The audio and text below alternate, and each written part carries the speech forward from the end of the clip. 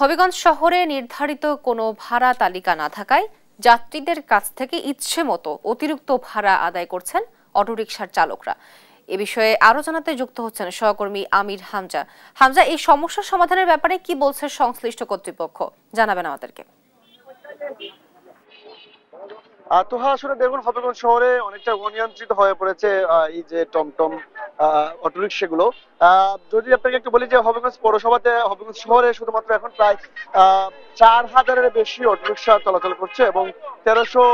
টমটম চলাচল করছে। এর মধ্যে অটোরিক্সা গুলো কিন্তু আসলে যে পৌরসভা নির্ধারিত যে পার্কিং ফি, সেগুলো কিন্তু এখনো পার্কিং ফির ব্যবস্থা করা হয়নি, যে কারণে আসলে তারা এখন পর্যন্ত আসলে বলা যায় যে হবিগঞ্জ শহরেই যে তাদের যে কোনো বৈধতা নেই চলাচলে। তবুও প্রায় 4000 অটোরিকশা এখানে চলাচল করছে এবং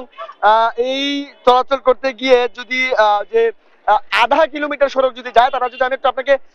যেই এলাকার বর্ণনা দিয়ে বলি, হবিগঞ্জ এই আমি যে জায়গাটাতে থানা সামন থেকে যদি কেউ চৌধুরী বাজারে যেতে চায়, তাহলে আসলে তার ভাড়া গুনতে হবে অন্তত 40 টাকা দাবি করে। আর যদি কেউ ভাড়া আগে তারা আসলে জিজ্ঞেস না করে যায়, তাহলে আসলে তাকে আসলে আরো বেশি অনেক সময় দিতে হয় এবং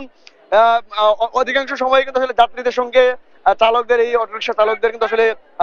একটা সংঘাতেরও সৃষ্টি হতে, বাকবিতণ্ডার সৃষ্টি হতে দেখা যায়। যদি আমি কথা বলেছিলাম হবিগঞ্জ পৌরসভার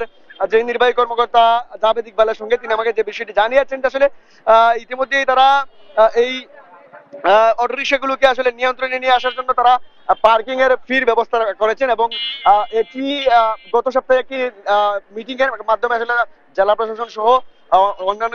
যে আসলে সুশীল সমাজের যারা প্রতিনিধি, তাদের সবার সঙ্গে আলাপ আলোচনা করে আসলে তারা একটি সিদ্ধান্ত নিয়েছেন এবং আরো যারা প্রত্যেক নাগরিকের মতামতের ভিত্তিতে কিন্তু আগামী সপ্তাহে কিন্তু আসলে একটি মিটিং করা হবে এবং সেই মিটিং এর পরে কিন্তু আসলে তাদের যে অটোরিকশার যে ভাড়া, সেই ভাড়া নির্ধারণ করা হবে এবং অটোরিকশাকে 1000 অটোরিকশা চলাচলের অনুমতি দেওয়া হবে এই শহরে। তো এই আসলে সাধারণ মানুষ যেটি দাবি করছেন আসলে যেন দ্রুত সময়ের মধ্যে এই ভাড়া সমস্যার সমাধান করে, দ্রুত সময়ের মধ্যে আসলে তারা মানুষের মধ্যে যে আসলে যে ভোগান্তি, সেই ভোগান্তি লাঘব করেন, এই দাবি কিন্তু আসলে সাধারণ মানুষের। তো এই ছিল আমার কাছে হবিগঞ্জ শহরের যে অটোরিকশা ভাড়ার যে অতিরিক্ত মূল্য ভাড়া আদায় করছেন, এই খবরের সবশেষ।